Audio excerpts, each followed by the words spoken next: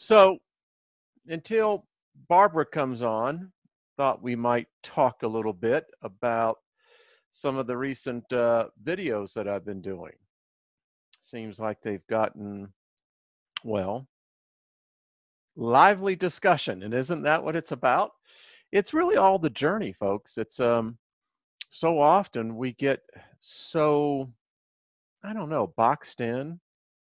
And okay, here we go. Let's see. Don't know why I am not there. Well, okay, I think we can get it. Let's see. We're having a little problem getting Barb on here. So let me go in and see if we can remedy that. Well, this is like live television. You gotta love it.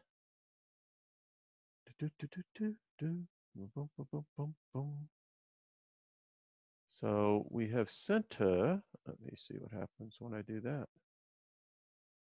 Well, we know that is working.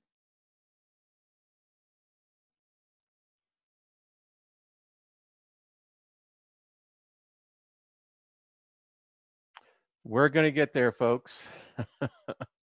You gotta love this. Well, if you don't smile, I don't know what you do. Well, I don't know. I just tried the link that I had sent out, and the link is working. So, maybe let's resend it. Well, you can't get any more real than this. Okay, well, we'll just wait to see if Barbara can get on here, and if she can't, well, then I'll wing it.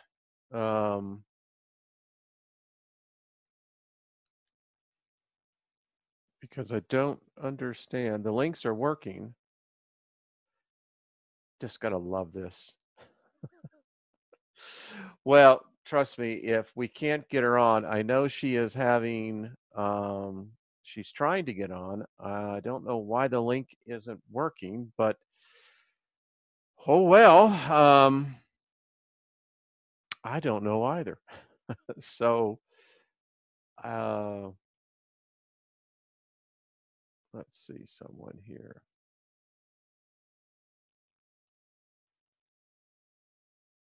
So we're going to try this one more time.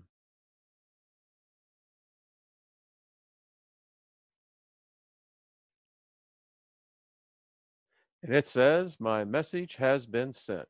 Okay, that's good. All right, I can actually see myself over there. All right, folks, good enough. Well, so looks like I may do this one solo if we can't get Barb on here.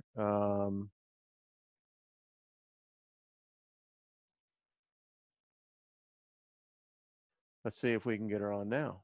I think we may have her, folks. I think we got her. Barb, you're on live. You have your mute on. There you go. And I have the camera on too, so I'm batting 1,000 here. Excellent, excellent. Well, this time we get to see your beautiful smiling face, and welcome back to the show. Thank you so much. I, appreciate your having patience with me. I don't know what happened, and I did. It could be operator error too. No, you know what? I have a severe case of clickitis. Okay. And if something isn't working, I click more, and I usually confuse the computer so that it just says, I'm going to sleep, forget it. Well, I see the sun is already set where you are at, so it is. It's nighttime. It is, and winter is coming upon us, Barb. Yeah, you more than I. Yeah, well. Although it is cold out there. We've had frost a couple times, so I don't imagine we're going to have snow though. Probably until January, February. Okay. I say we're going to have it by November. Oh, we've already had it. Yeah, I was going to say, you have it. Yeah, yeah. Well, good. So I thought tonight that we might talk about what you had a great deal in creating, and that was the cosmic deck of initiation. I did have a lot to do with it. Yeah. Yeah, yeah. So I am just kind of, as I told everyone before you actually come on, and as I put into the tagline, this is an amazing deck. That's all I can say. It's an amazing deck. It is, and I tell everybody that it came through me. It wasn't of me. So I can step back and say, you're right. It is. You get information from it that is above and beyond what normally you might get, and yeah, they're cool cards. So you said it came through you, not Not of me. Yeah. not of you. Okay, explain that a little bit more. Um, I channel. Yeah, I've channeled I think we forever. all do, by in one degree or another. Oh, of course we do. Yeah. I think the cool thing about them is I had, when I did the deck, painted personal mandalas for over a decade for other people, for individuals with life readings that went with them. And I always trusted the right design would come up. But I have to preface this all first with the fact that I'm not an artist. I've had You no could fool me. I've had no formal art training, none. And so I was in a spiritual development class in the 70s, and one of the homework assignments, because we got homework every week, was to paint a personal mandala for one of the class members. And some people did Jello molds, some people did collages, and I just drew a mandala.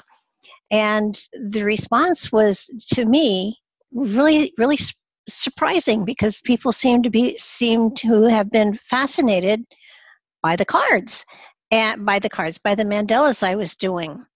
And after a decade or so, I became, with a group of friends of mine, I trashed standard tarot a lot, because I felt, and at the time, you have to understand, it was just the Aquarian deck and the Rider-Waite deck that was really out there.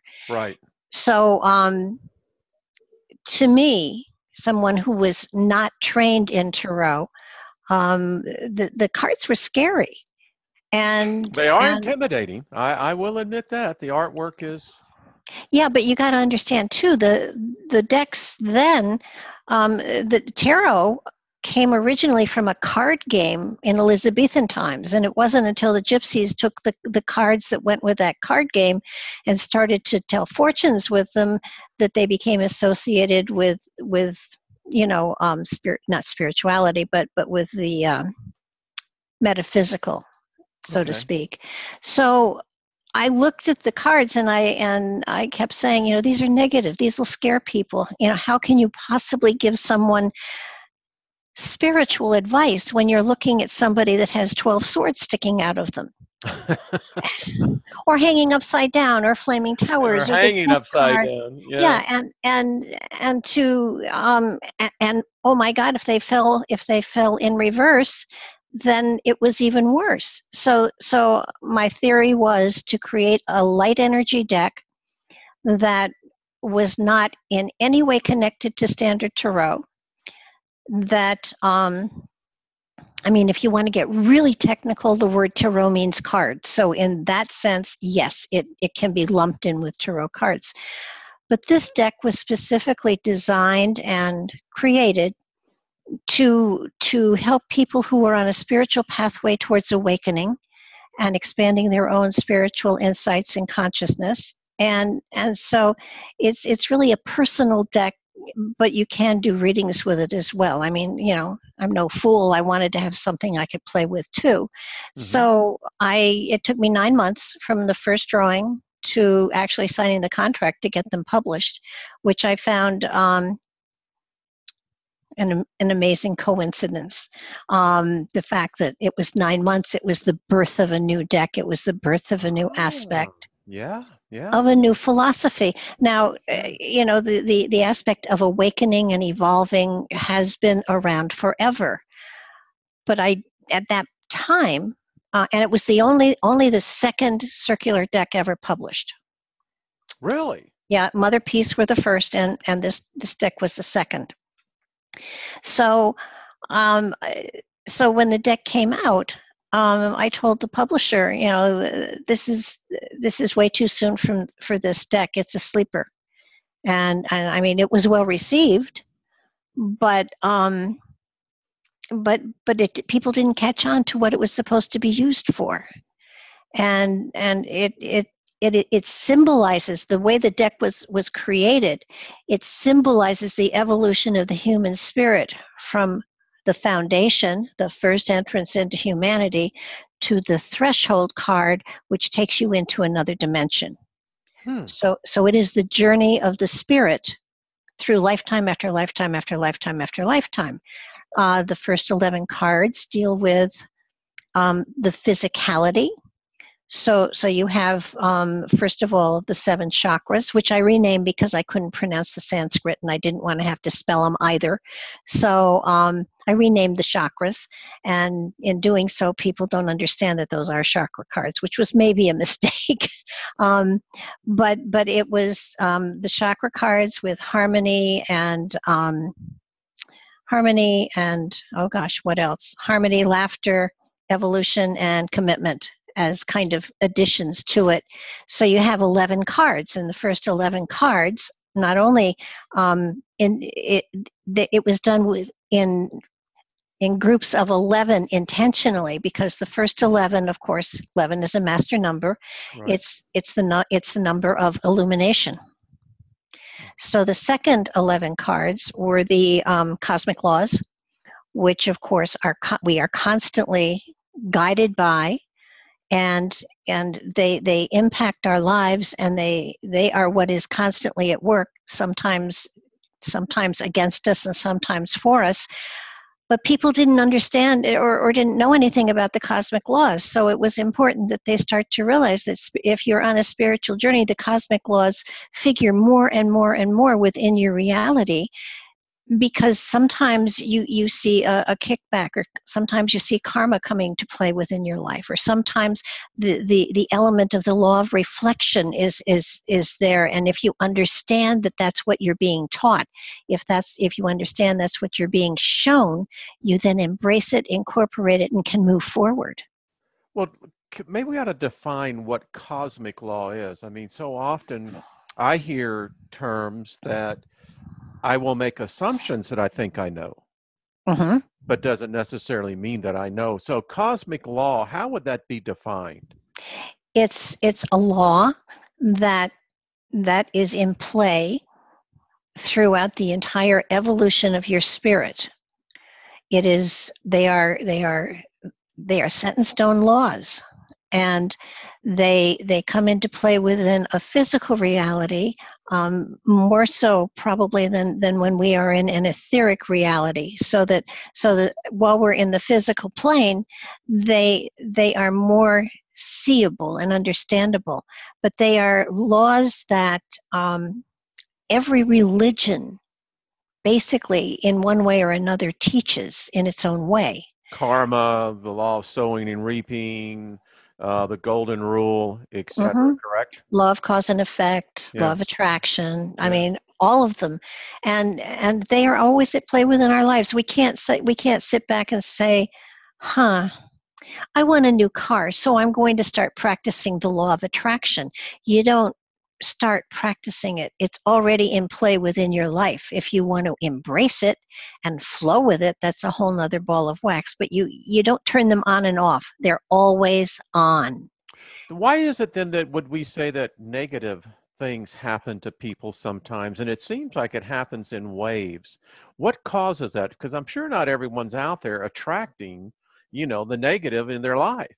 A lot of times, when we incarnate, we request that certain situations be given to us so that we can learn, grow, and understand, and come experience something on a physical level that has to be done in a physical level. The law of attraction, for instance, on a spiritual level, if you're just in an etheric body, doesn't mean as much as it does when you're here on the earth plane. When we're in physical, a lot of these laws become more real to us, and we can see them at play. But before we evolve, we basically may have a checklist of the things that we want to have presented to us so that we can grow and learn and ascend above the difficulties. You would make a request, and I can't actually remember what the checking list was before I came into this lifetime, but let's say, Sure. for instance, this lifetime, one of the things that you really want to experience so that you can stretch and grow and evolve beyond a common response would be, I want challenges that are going to stretch me on a financial level. I want challenges so that I have to use my creativity more. I want challenges so that I understand better a relationship between two people when one is not being as giving as the other one wishes. And so you have global requests that are then sort of put into a computer, and those situations come to you at certain times within your life, and you experience them with different levels of awareness. It's not that negative things happen to us, it's that we perceive they're negative. Okay, so that sometimes would go then that an incident on the surface initially seems to be very negative, but what you find out at the end result, hadn't that happened, Mm-hmm. you wouldn't have had the benefit of, and I can think of about a dozen different things right now in my own Oh, life, sure. you I know. I had a car accident in '90 that meant I had to leave my job of 25 years as a special ed teacher, and I had to reinvent myself. Had I not had the car accident, I never would have had the opportunity to be here where I am today. So what happens, and I know that this is speculative here, but I'm curious, is that if we have a part of wanting to make sure that as we go through this life, and we basically we know what the cue card is, what we have to begin to do to really get to that ascension. And I Yeah. really think there is. Listen, I'll share with you and my listeners right now, is that, I've had a vision where I was actually taking a shower, and the next thing I know, I'm stepping through a portal. Hmm. And what I had with me, number one, there were other beings. I can't say they were people, but they were presence. I could sense them waiting there for me. They apparently knew me. Hmm. And when I came through, what I found was I was carrying was this opaque white stone. And I was led back to, apparently, it looked very familiar to me. As I walked into the room, there was a console. And on that console, there were a number other of these opalescent white stones, almost translucent. And all of a sudden, I sensed the presence of what we would call God. Now, I knew it wasn't God, but I knew the presence. Okay. And what was really odd, Barb, was that this was my life that I had just lived here. It was the emotions, it was the people whom I loved, it was everything in the essence of what I had experienced. And as I put it on the console, I found that I realized was that it was I could go back to any one of these past stones, which were past life experiences. So, excuse me. Interesting. So, That's okay. I've got cats, so. yeah. So when I realized this, um, the next thing I know, I was back in the shower. And it was as real to me as taking a shower was. Did you look at your feet at any time throughout that experience? I cannot recall that. For people who have experiences like that, or they feel they're in another dimension, it's really important to look at your feet, I'll have to do that. because quite often your form will not be the one you expect. It's odd because when this experience happened, I came out of the shower. I was in literally tears. I was shaken, and my wife was out there, and she could tell that something was up. And, as I told her, as I was reliving it, I was reliving it again. Yeah. And it was very, very real. I mean, it was like the death portal is not the death portal. I Yeah. mean, I became very much aware that when I stepped through, what I was stepping through up. By the way, before I had finished that, I was shown a place, and the only thing I can call it is that it was a transit center. Mm-hmm. Barb, it was very, very crowded. I saw many different life forms, Uh-huh. a lot of what I would call light beings in this transition period, and was part of this vision. So yeah.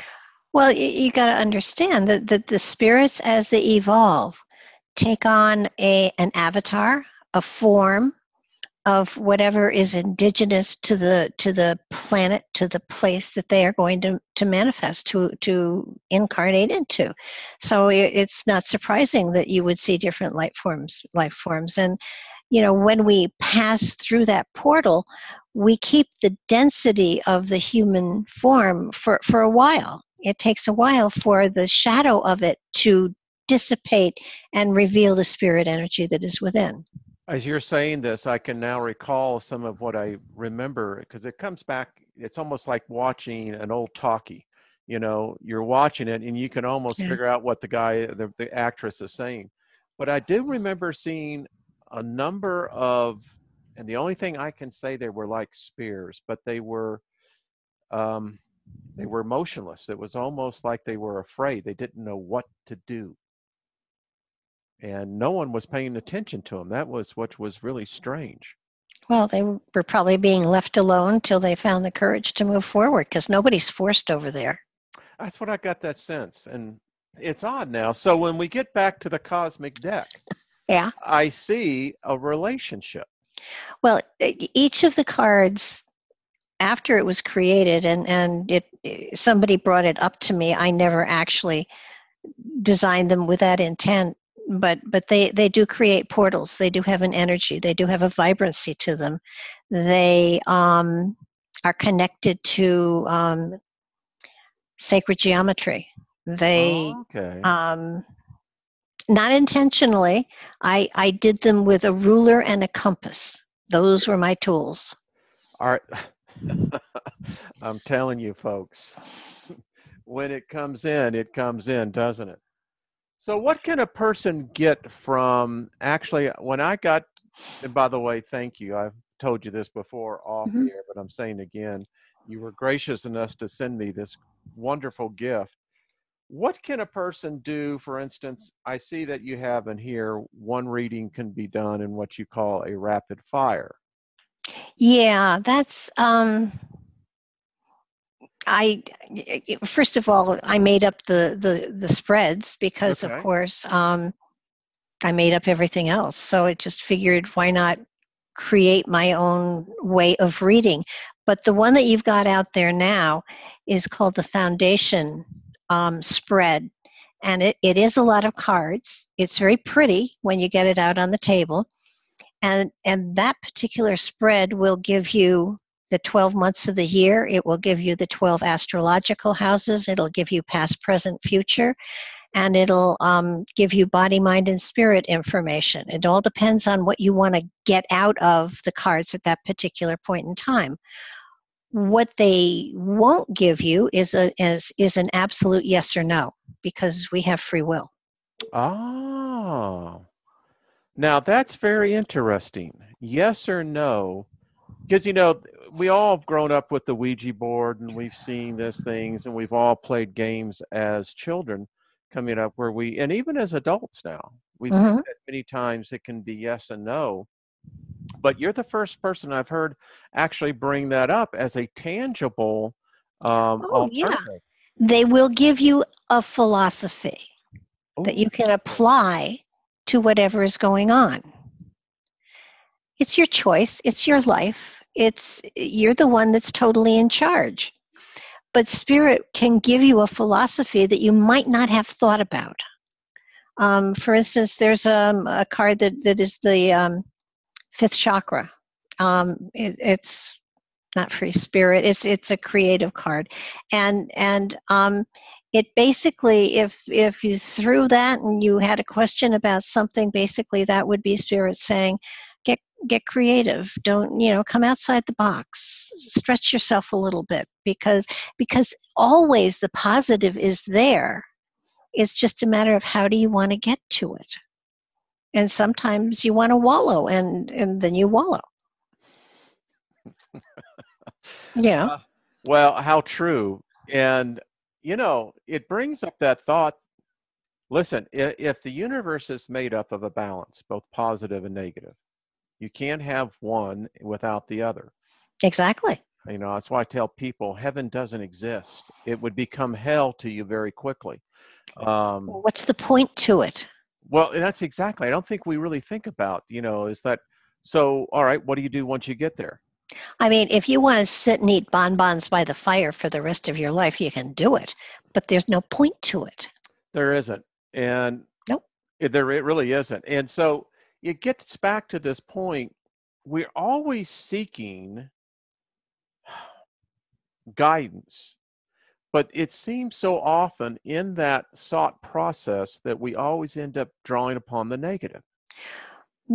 Sometimes, or we're asking someone else a question that relates to our situation, and they're giving their opinion from their perspective, but it's not their life.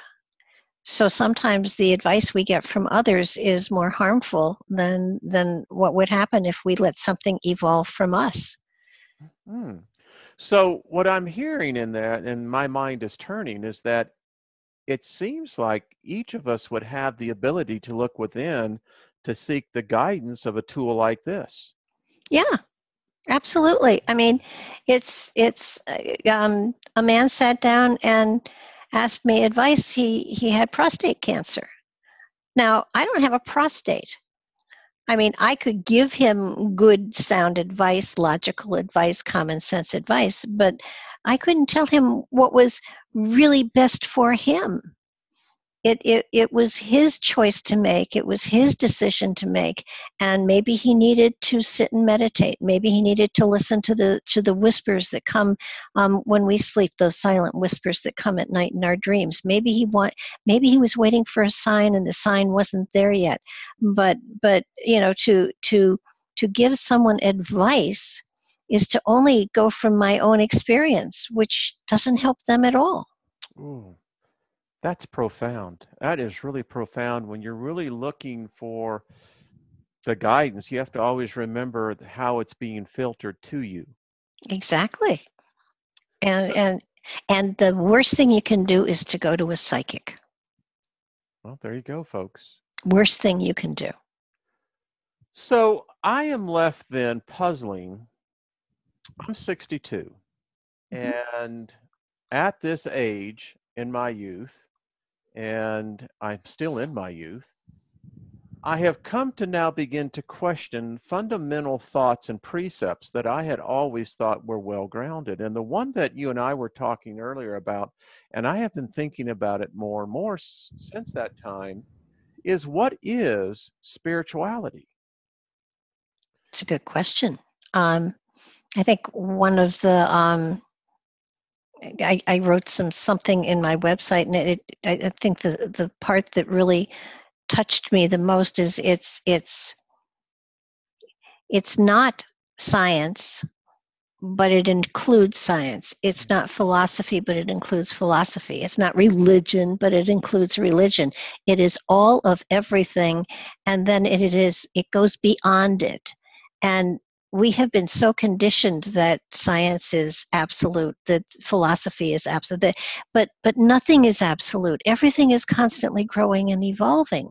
And spirituality, to me, is the practice of evolving into and trying to become more like the spirit that we carry within. It is walking the spiritual philosophy. It is walking in steps that are not dictated by dogma or by, there are no rules to spirituality. You can be a spiritual angleworm farmer. You can be, you don't have to be a minister. You don't have to be a practitioner of the arts to be spiritual. Being spiritual is allowing yourself to touch into that spirit that you carry within and get guidance from it. In other words, that spirit that you got inside of you is totally, absolutely, 100% a master, no question. You wouldn't you Oh, wouldn't you wouldn't be free to incarnate if you weren't already a master. folks, are you picking up on this?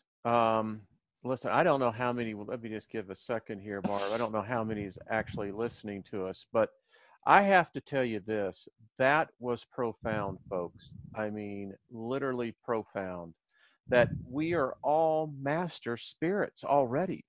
Well, stop and think. In order to drive a car, you have to have a license. Correct. All right. So you're driving an avatar. It's intricate.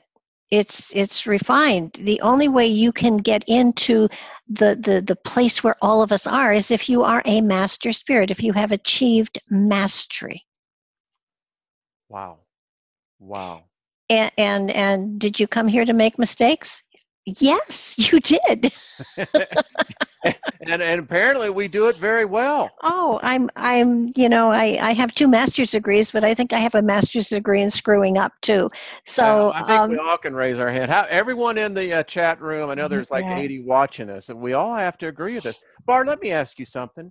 Mhm. So, in this discovery of spirituality, and boy, I'll tell you what, I could put a question out to, we got over 80 plus watching us now, and it's growing, but it seems to me, Barb, that we get, the word I use is soul freeze.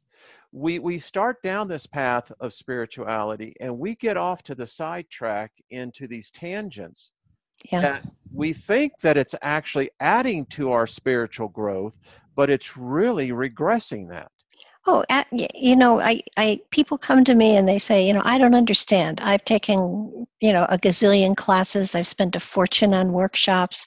I have all these certificates that tell you, all of the things that I have achieved, and it's like I just look at them and say, but that doesn't prove anything. That doesn't prove you're spiritual. It proves that you spent a lot of money. Uh, No one's guilty of that here, I can tell you. Oh, I met a lady once she had heard about me, and she was lovely to me, and I said, well, what is your modality? What is it that you're working on?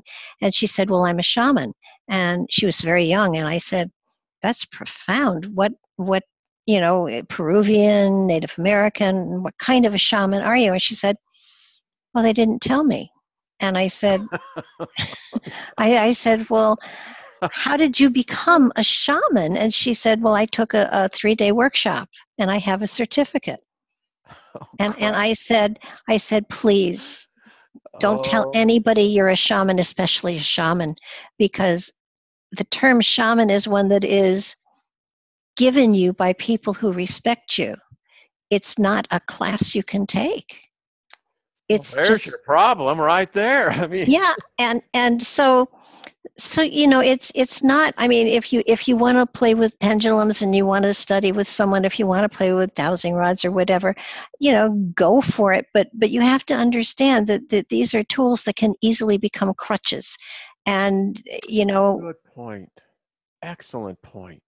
I had a lady that, under no lie, when she went shopping for a birthday card for someone, she used her pendulum to see if it was the appropriate card. She slept with the damn thing under her pillow.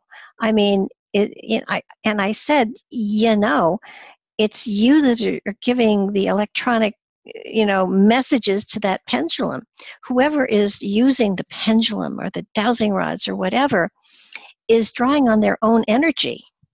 And lots of times, someone using especially dowsing rods will be telling the dowsing rods what to do instead of allowing them to give a correct answer. Why is it that we doubt ourselves? Barbara, because really what you just said there is that we always seem to gravitate towards a crutch. Hmm.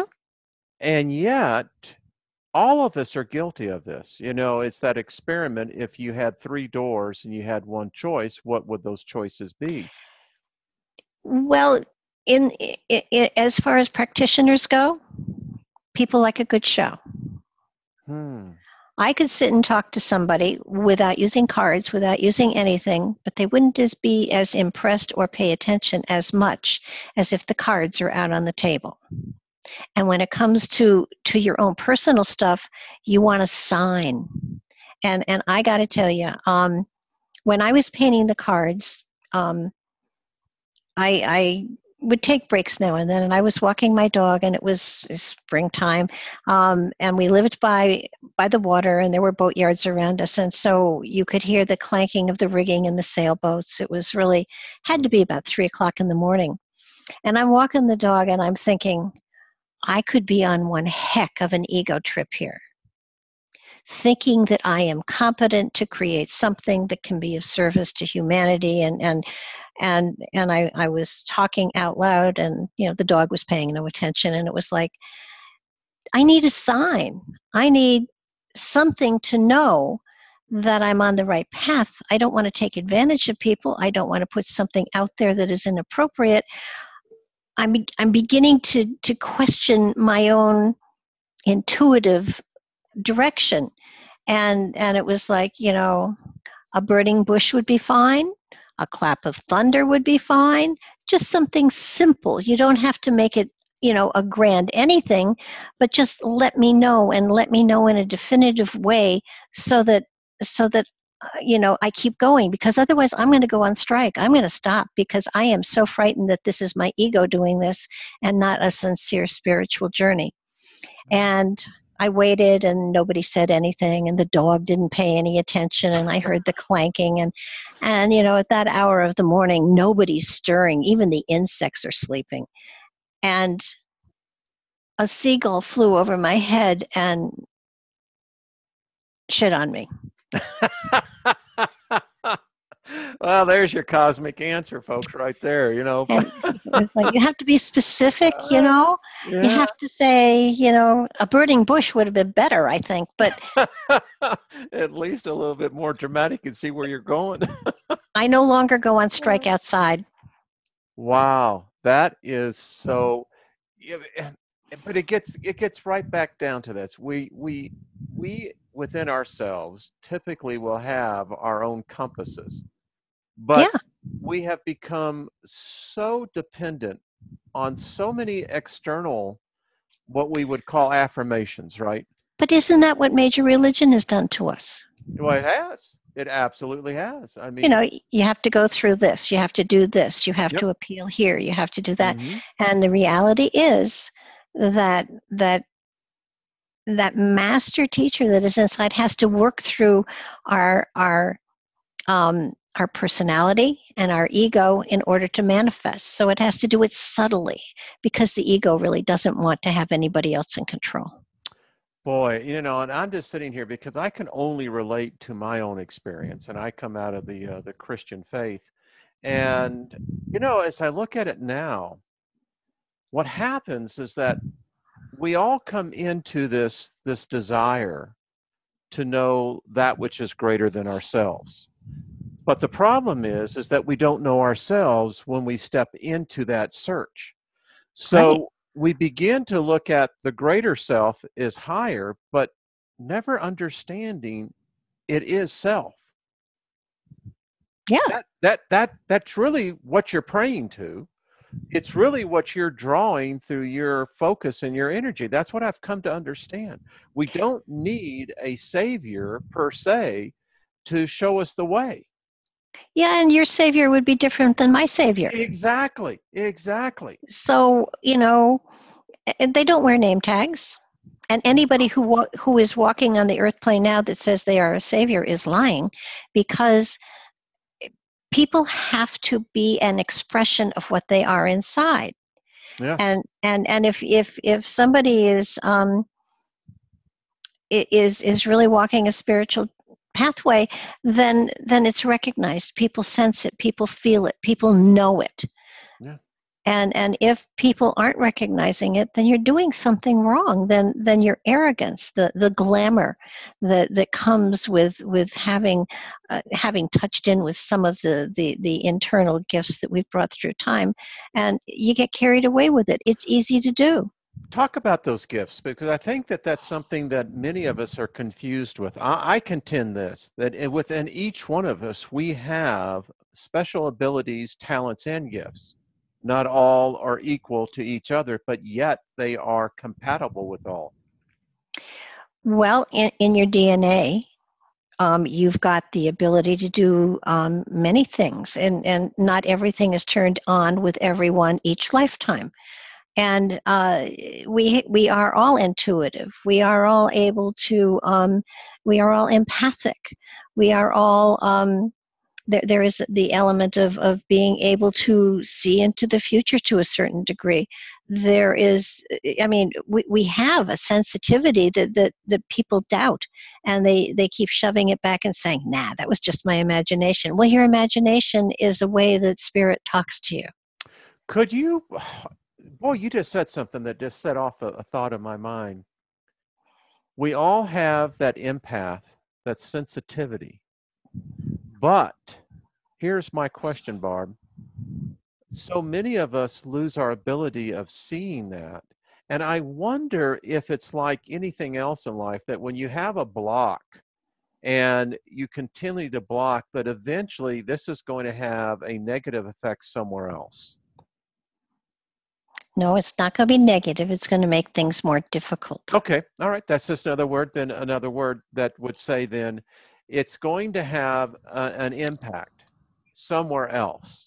And that's going to enable you to learn a lesson that you were supposed to learn. Wow.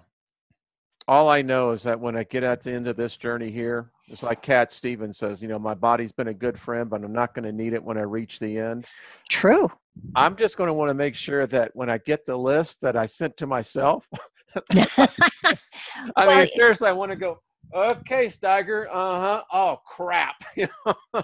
well, let me get my let me make sure that we're talking same words here. I believe we're body, mind, and spirit, Yes, okay. and the body is obviously the body. The mind is what people call the soul. That's our character. That's our personality, and our spirit is what is traveling through time.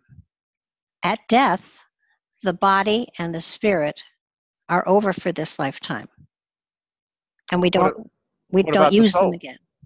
The soul is the soul is the word that relates to the mind and the character and the personality, if you will.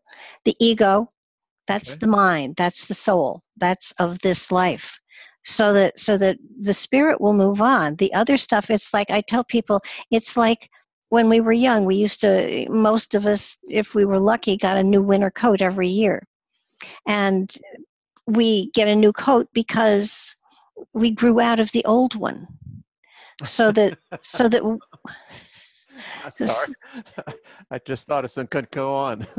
so that we don't need that personality and we don't need that body again. So the next time we come into this incarnation, we will take up, and sexuality will take up a different, because the spirit is androgynous. The But now the spirit, spirit continues, though, right, in that yes, path and that journey, because that's the one thing I haven't quite, I got to be candid with you. The whole thought of reincarnation scares the crap out of me. I mean, it's the idea that, you know, quite frankly, to think that I asked for this, what was I thinking?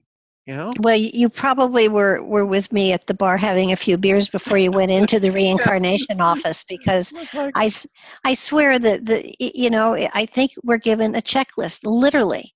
And some spirits, because usually the time frame in Earth years is about 100 years. yeah, that seems about to be and quite frankly, I've asked this question. I'm actually going to do a program. If you could live forever, would you want to in this temporal form?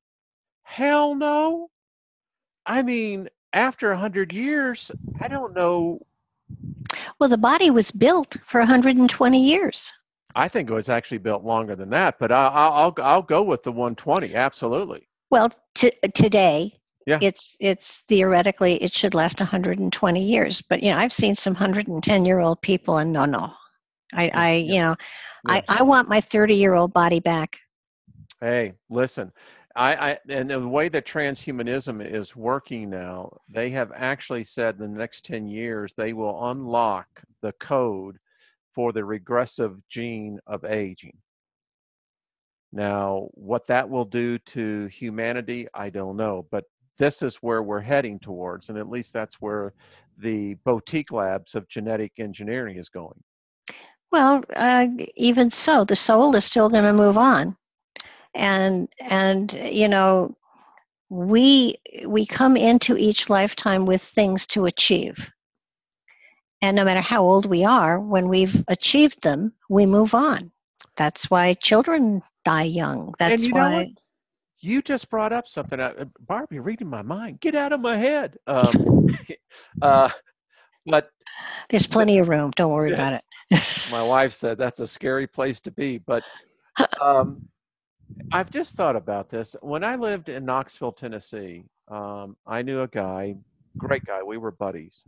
And at the age of 37, he comes downstairs, has breakfast with his wife, and drops dead of a heart attack. I've often wondered how I see so many lives cut short, but you just gave me a thought. They're not cut short. Maybe they accomplished exactly what they were Sure. sent here to do. Sometimes, of course, I told my grandmother she was too mean to die. They didn't want her on the other side. That's why she wasn't dying. But Uh, moving but right on along. but no, it's and I think people need to realize that list of things that you need to accomplish before you move on to the next level, so to speak, is not a great I need to put this point across to humanity. I need to achieve this, and this, and then I will have done I need to make this much money, have this many toys, whatever.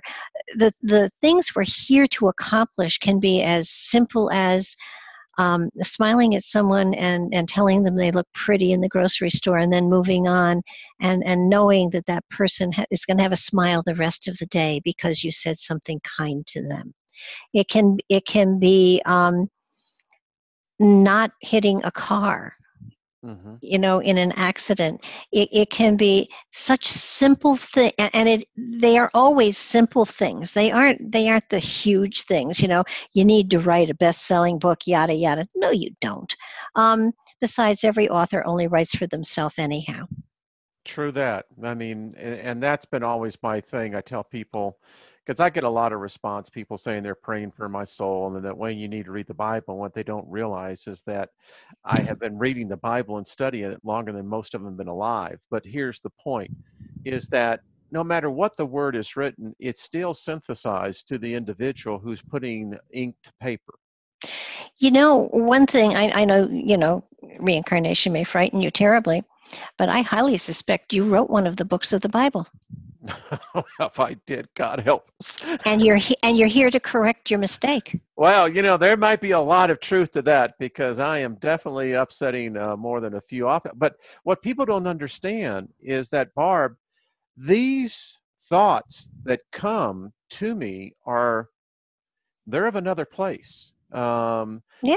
They're profound. They're very deep. And what people don't understand is that if you could only see what happens when it happens, well, you would probably understand when it hits. I mean, it's quite something. I have to tell you, there have been nights when I have been exhausted and I've gone to bed and my eyelids closed, but my eyes are wide open. And Yeah. there's no way sleep is going to come because I have something I have to do. And it may be folding laundry or it may be writing something profound. It just, it's just, you're not done. Get up. And lots of people fight it. Lots of people take sleeping pills. Lots of people, I Yeah. get up. Yeah. And I sit at the computer and I kick whatever cat is on my chair off, and I get to work. And it's amazing because when I've finished or come to a stopping point, then I'm exhausted. Then I can go to sleep, and then I only need about 3 or 4 hours to sleep a night. I mean, you don't do a lot of those back to back, but it's like there is a reason that I was pushed to do the cards. I was literally pushed to do the cards, and once the cards were done, I did not paint mandalas anymore. You see, there's something very profound for all of us in what Barb is saying, because I know there's people in the chat room that are talking on this. Is that, Barb? I think that what's happening to us. I think there's a lot happening to us, but there seems to be more and more that are. We're. I think that we're a triune being, as you just said. We have a body, we have a mind, which is the soul, and then the spirit, which is the divine spark. Mm-hmm. Um, I've often said this, that if the soul had the opportunity to express, would the body be quiet enough to let it talk? Probably not. But But I I think do. about that. I want to also mention something. When last we spoke, I talked to you about the element of creativity, and it's through the channels of Yes. creativity that the soul can manifest within reality. Um, and I noticed some people had said some things in the chat room that I want to kind of um, Well, I, address them. I want to add to that, Okay. because it is important that you be creative. It is important it be a joyful experience for you. If it's work, then it's not creative. It's a Right. job. Um, but you can't double dip. If you are doing creativity for the sheer joy of creation and not being compensated monetarily, then it counts. You get the spiritual brownie points. If you're getting a paycheck for it, or if somebody is buying your work, then it doesn't count. Hmm. Kind of reminds me of that. If you're when you're praying, do it in secret. You'll be rewarded openly. But if you do it out, Exactly. yeah. I Okay. mean, Yeah. once the cards were sold Yeah. to a publisher, I no longer got the Hmm. spiritual brownie points. And it Hmm. was like, oh, darn, now I That's have to good. find another way to be creative that I won't be paid for. That's So I good. joined a choir because I don't have a good singing voice, so I knew I'd never be paid for that. So Wow. I mean, it's and lots of people are so creative that everything they do creatively, they then can turn around and sell. So that challenges them even more greatly, because if if you get stuck in the fact that I can make money on this, and all you're doing is making or being creative for the money, it becomes a job, Mm. and therefore you're turning it into a more material form. Yeah, I have found in life that when I thought I was freeing myself, all I was doing was exchanging one master for another.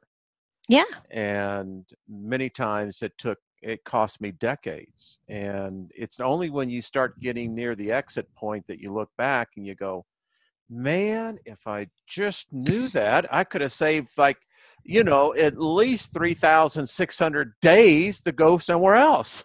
Yeah, but if you'd done that, then you wouldn't be where you are now. And I suspect you really like where you are now. Oh, you know what? It's a point that I can tell you that there is a peace that surpasses this understanding. I Listen, my whole Christian walk was always walking on that razor edge. Mm-hmm. And and then you get into the schisms of the faith itself, and you're either going to be on this side of the argument or that. And what I found out was that as I got older, the more confused I became. Well, you know, and then Sure. and when I realized they got the name wrong to begin with, and I said, well, okay, now, there's something going on here. But yeah, But there's also something beyond it.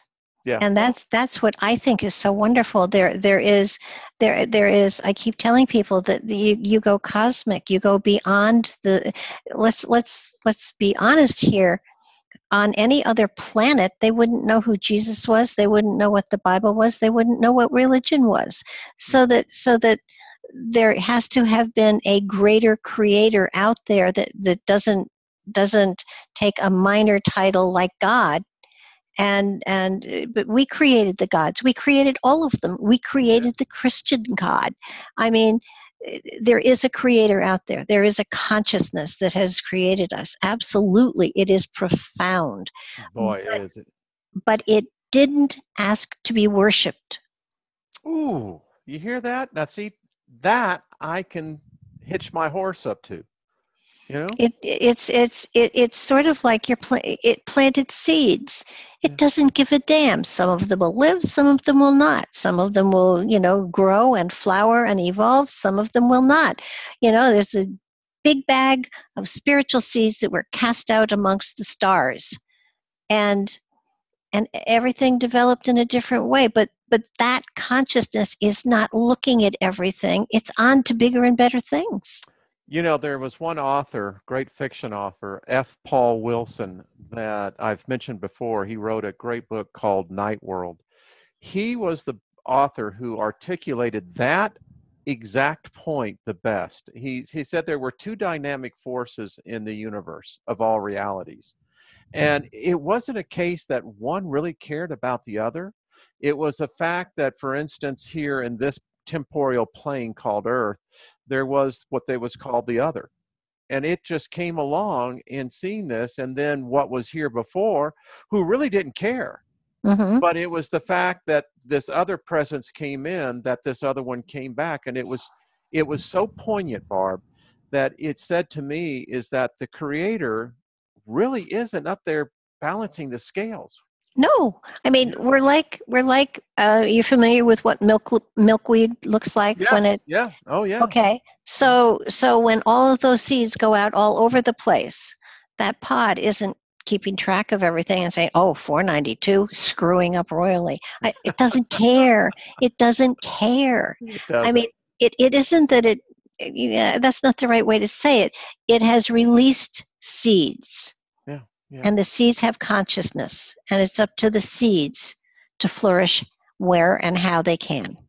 I think we're getting there, Barb. I think I don't know if we're going to see it within my lifetime here, but I do believe that you, I, the others that are leaving legacies behind, that it will serve generations yet to come. Oh, absolutely. And Yeah. but it's funny because I had an almost guest on my show last night that deals in out of place artifacts, and basically his studies have come up with the fact that um, human or humanoids have been on this planet for millions and millions of Wow. years, and there are artifacts that prove that. So that it's and what was the other thing I did want to say to you? I wanted to ask you. I want to make sure I pronounce this. Are you familiar with the Darren Kulu, Darren Kulu um, tunnels in Turkey? Yes, I have heard about those. 13 stories underground, Yes. enough, and it is the largest of the 200 tunnel systems that are in Turkey. And they go for like hundreds of miles, don't they? I mean, It, from what I it was understand. it's big enough to house over 20,000 people. So at some point in time, humanity did live underground. All right, so I did a video today and titled "We Missed Something," and this came to me in a brilliance. I saw it. Mm-hmm. So you take the Genesis story, whether it's metaphorical, allegorical, whatever. I think it talks about in the very beginning, and particularly in the third chapter, where we have an interspecies breeding, and Mm-hmm. it triggered something into me, and I said, "Well, now wait a minute. It said serpent, not with a capital S, with a small s. That's a Mm-hmm. species." Yeah. And then I'm going, wait a minute. Now, is it possible that this species is actually the superior species, been here longer than humanity, has actually interbreeded with humanity, and is actually the superior of the races? And they Could went be. underground. I mean, the evidence would seem, and the reason why I say that, Barb, is that I did a series called The Bloodline Invaders. And what I did, it's nearly, 20 hours of programming, but was the fact that no matter where I went in the record of man's ancestry, I always found reptilians, the reptile, the Mm-hmm. serpent. I call them the serpent race because they're everywhere. Oh, yeah. And well, you were talking, you mentioned Atlantis at one time. And Yes. according to the Billy Meyer material, there were three, um, over a period of about 30 or 40,000 years, there were three separate times that people from this star system hit the planet and founded colonies that were called Atlantis. And one of them was a warring colony, and there is no description as to what the Atlanteans looked like at all. No, no, none. And they say that as they intermingled and other species that visited the planet intermingled, we've got in our DNA, we've got all sorts of, we are garbage burgers. I heard And I heard a biochemist say today in an interview. He says, "Yeah," he says, "we're the Heinz 57." He says because oh there's yeah, more in us than what anyone could ever put in any steak. there is a DNA a fragment there that is turned off within us, but if it were turned on, it would replicate any limb that got taken off. Wow, folks, think The about that. regeneration, there are, I guess, lizards that if Yes. their tail breaks off, it regenerates. There is that regeneration part inside in our DNA. There are 12 strands, I believe, and of the 12 strands, only two of them are functional. Well, see, I have a theory now on that double helix. I think I know where it comes from. Okay. Well, it's the interbreeding of what I call the serpent race and the Homo sapiens. Listen, when you start thinking about this and you really get down into the DNA level, that's what I've always had a problem with the Genesis 6 story, was these fallen angels coming down and having sexual intercourse with women. How did they have sperm? And then more importantly, how was the transfer of DNA cohesive enough to bind to the DNA of the human? Well, not only that, but the giants that they talk about there were 24 feet high. And if everything is in proportion, there's no way that there was interbreeding in a natural way at all. And, I can't see. we have the bones on this planet We of know they were here. giants. Yeah, we know they were here. They're even on in North America. There was also um, a huge colony of little people, 2 to 4 feet high. Yep. They found 10,000 graves, and these were all mature little people that, they were 40 to 70 years old. So at some point in time, they were here. I mean, you look at the Bible saying, mankind is what, 5,000 to 6,000 years old. Well, how do they explain that the copper mines in Minnesota and Michigan have been mined for at least 9,000 years? Oh yeah, yeah. I mean, this whole Right. thing is just crazy. I remember, um, I knew Ben Carson really well, particularly before he got involved where he's at in politics. And him and I were having a discussion one time in Tyson's Corner, and he said, he said, I don't understand how and he was talking about Christian people, faith. He said that they really think it's 6,000 years. He said, he said, he said, my granddaughter knows better than that.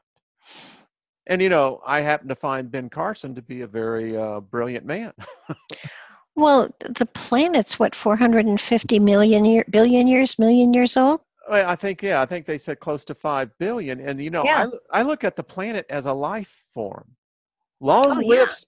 long lived species, and you know, Well, when you consider that there have been five total extinction yes, experiences of the planet that they have been able to identify, yes.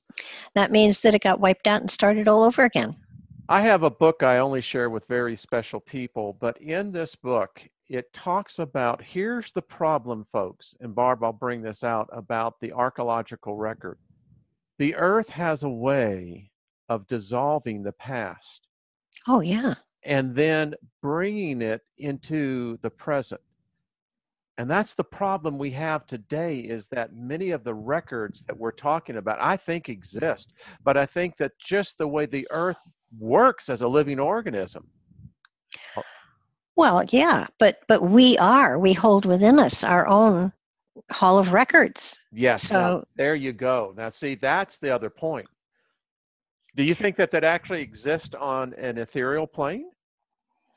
It's no. cosmic knowledge, so it's just within us? Well, if you stop and think about it, we have the internet.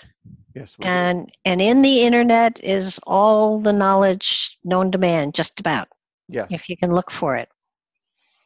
So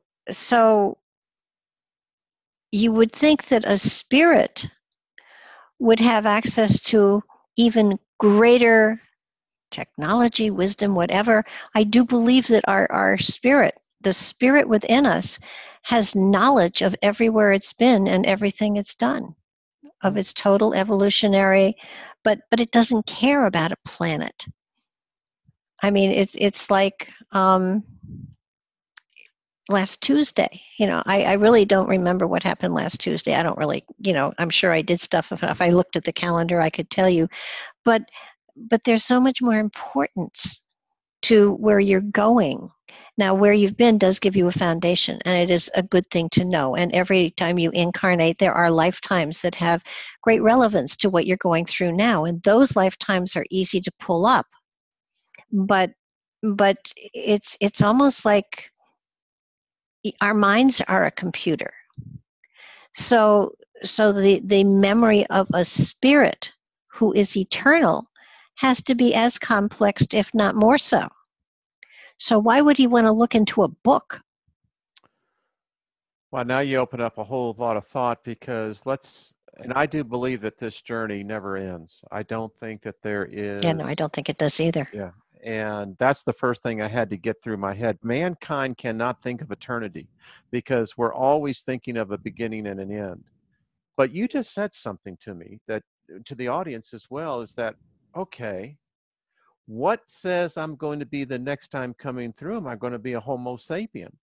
There are literally, I don't know how many races out there, how many species. Billions. And you're going to tell me, I see, I'm beginning to understand something now. It never stops. The life experience of just being able to say, if you were just to be each species along the way. Well, we have been, because we are eternal, as long as it takes in the human experience, we'll come back again and again and again and again and again. Could be thousands, could be millions of times, but we have all the time in the world. And Yeah.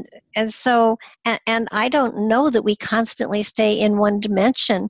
You may well, have 10 or 20,000 here on the Earth plane and decide to be in another star system, in another galaxy, in another dimension for a vacation. And in that particular place, you are, I don't know, a green blob, or you're a winged creature, or you are just an etheric body of energy that floats through the experiences, and they're all different because you no longer have physicality, so that you're getting your information in a different way, in a different manner. The lessons are coming in a different way. So it's we always have, it's like the guys who wrote the Bible. They describe things from their own frame of Yes, they reference. did. Yes, they did. So to conceive of something that is beyond my frame of reference is a tough one, because you're always having to pull it down to and make it smaller, so that the vocabulary and the verbiage gives you a picture of some sort. But the spirit is there. There's, you don't see it. It is invisible, but it is vibrant. And I would imagine, in the right light, it glows. But I'm not real sure about that. But I do know that it is an energetic field, that it is energy that is timeless. Yes, that I do know. I've had a couple of out of body experiences. So, and it's what I've come to. In fact, I was laying down last night about 1 o'clock is when I went to sleep. And I'm now becoming aware that in my life, there have been very, a lot of different me's. The 20-year-old is no longer alive, but the 20-year-old could never have seen the 60-year-old. No. And now I'm here, and it's though I'm having a conversation with that young man 40 years ago. And it tells me how permanent time is, but yet how it's so conceptually different to actually apprehend and thought. But man created time. Well, I know, and I think that Robert Lanza's book Biocentrism is probably one of the best books that people could read in understanding the whole perception of time. But you're right. Well, Barb, I have kept you for longer than I had, and I know, and I can see in the chat room that the people are enjoying this conversation as well. And I just have to say that I think that we've had a wonderful discussion. So before we head out, what would you like to tell everyone? Because I happen to think you're fabulous. I want you back. And I would love to come back. I think there's so many people. So you have the mic. What would you like to say? I would like to caution everyone during this time of confusion to not make snap judgments, that understanding that we're going through a time of revelation, and that means we're getting facts day by day by day, and that goes for your personal life as well as political and religious and everything. This is a time where silence and patience is very, very important, and listening to yourself and allowing other people to listening to what other people have to say, but not making judgment. This is not a time of judgment. This is not a time of closing the books on anything. This is a time of waiting and listening and learning quietly. Oh, man, folks, I mean, Barbara, that's so true. You said about being quiet. I always love the psalmist that he says, you know, Sheila, be quiet, O my soul, Mm-hmm. and know the serenity of God. And that's that quiet place. I like how you said it's also not a time of judgment. Wow. Because I see that so often permeating the thought process. It's Yeah, judgmental. and you know, when somebody, especially someone who people are listening to, makes a statement carved in stone, this is the way it is, Yeah. they close the box. And no box should ever be closed. They should never have lids, because there's always more information, more wisdom, more light, more energy to come from any situation. So nothing is carved in stone. Yeah. And Well, with time, stone wears away. you see, that former person that once lived was just that type of person. You become very dogmatic Mm-hmm. and you're absolute in your views. And turned out, I mean, I will share my philosophies with anyone, but I will also say that's for today. yeah. Tomorrow it may be very different, but this is where I am today. And isn't it odd how we get so, because we'll so quickly snap back on a person and say, well, I thought you said, and you're going, yeah, I did say that, but today is I learned something new. Yeah, Yeah. And so back to your own self. got it. I tell you, it's the old adage, folks, is that when you point the finger at someone else, remember you got three more pointing back at you. So, Absolutely. Absolutely. well, Barb, we're going to end this here. I'd love to have you again, maybe next week if you'd like to do that. I can certainly make the time. Okay. Well, folks, I just want to say to you and all of you, you're all special. We're all on this journey together. We're all sojourning the path. And if we just be kind to one another, we can help one another. And Barb, it's guidance like you that I think helps all of us. Well, I'm constantly learning so that your questions generate answers that I listen to too. Well, I tell you one thing, I know this, that your soul is one that we all can learn from, and I appreciate it. Well, thank you. And you as well. Oh, well, you're too kind. All right, everyone, have yourself a great evening. Be kind to one another. Be kind to your mind. And we'll be back here real soon. All right, folks, take care of yourselves. Bye-bye. And